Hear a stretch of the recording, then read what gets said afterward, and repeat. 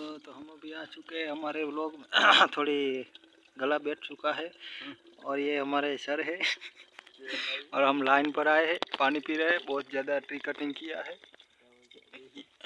ये देखो, ये ले गए, ये साफ करने का है। ये अप्रेंटिस है, देखो ये दूसरे सर है। ये भी अप्रेंटिस है।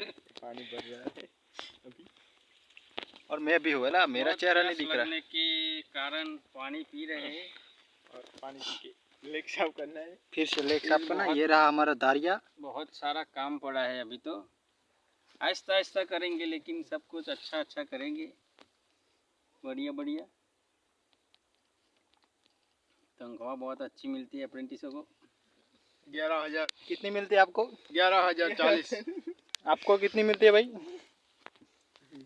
11,000। હું એપ્રેન્ટિસમાં લાગ્યો ત્યારે 940 હતા, પછી એમ કરતાં કરતાં 1240 થયા, પછી 1440 થયા, પછી પૂરું એપ્રેન્ટિસ. છેલ્લા 1440 મળ્યા ને પૂરું. तो इतना पगार मिल जाए अभी। બસ બહુ લોબો થઈ ગયો.